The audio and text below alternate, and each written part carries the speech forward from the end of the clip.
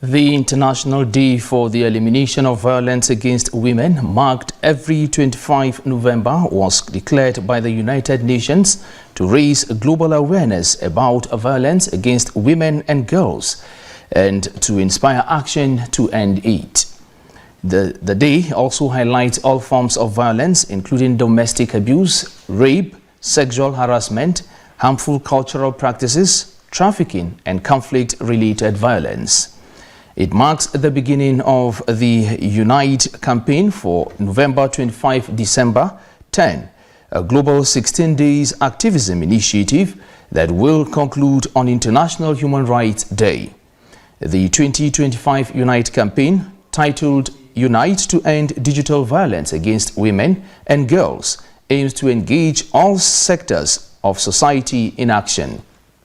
In this regard, governments are called upon to end impunity through effective laws, technology companies to ensure safer online spaces.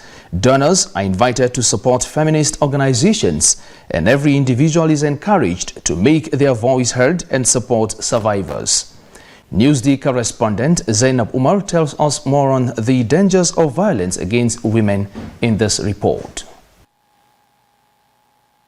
The United Nations defines violence against women as any act of gender-based violence that results in or is likely to result in physical, sexual, or mental harm or suffering to women, including threats of such acts, coercion, or arbitrary deprivation of liberty, whether occurring in public or in private life. Violence against women and girls remains one of the most prevalent and pervasive human rights violations in the world. Globally, almost 1 in 3 women have been subjected to physical and or sexual intimate partner violence, non-partner sexual violence, or both at least once in their life. Violence against women prevents profound and far-reaching dangers, resulting in serious physical, psychological, social, and economic consequences for the victims, their families, and society as a whole. In extreme cases, it can be fatal, with over half of women who are murdered each year killed by an intimate partner or family member. It is a scourge that has intensified in different settings, but this year the campaign for the International Day for the Elimination of Violence Against Women focuses on one in particular, the digital realm. Violence against women on online platforms is today a serious and rapidly growing threat that seeks to silence the voices of many women, especially those with a strong public and digital presence in fields such as politics, activism, or journalism. It is a form of violence on the rise due to weak technological regulation, a lack of legal recognition of this type of aggression in some countries, the impunity of digital platforms, new and fast evolving forms of abuse using AI, movements opposing gender equality, the anonymity of perpetrators, and the limited support for digital victims. Zainab Umar, KSMC.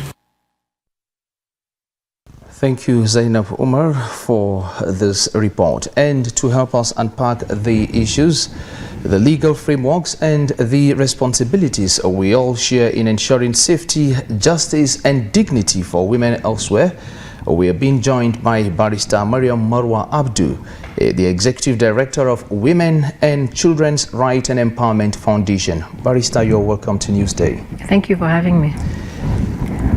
Can you just explain the significance of the International Day for the Elimination of Violence Against Women? Yes, it's a day set aside by the United Nations, to have a particular day to campaign against gender-based violence. Every other day is set aside for different things, but this particular 16 days, from the 25th of November to the 10th of December, is set aside for 16 days of concrete activism against gender-based violence. Okay, so why is it now important to continually raise awareness about violence against women and girls, especially in countries like Nigeria? Because it's an incessant crime, and it's something that everybody shies away from talking about. It's always looked at something that is not very important. It's not a crime against state like crimes against state like murder. Everybody emphasizes on murder and other crimes against it, but they kind of leave out sexual gender-based violence as something that is negative or something that is stigmatized. So it's very important that a lot of work is shined on gender-based violence issues, especially in Nigeria, like you've mentioned, and Africa generally. Okay. So now, what do you think are the root causes of violence against women? Because I know you have experience already. Yeah, there are many root causes. People like to say poverty is a root cause for violence, but for me, I don't think poverty is a sole root cause for violence. There are other things. There's intoxication, there are mental illnesses, there are many extra reasons why there's the prevalence of sexual gender-based violence. But I can stick to poverty for now, because once people are hungry, as you say, a hungry man is an angry man. You see that the prevalence of sexual gender-based violence is in the grassroots level. You see it in community levels.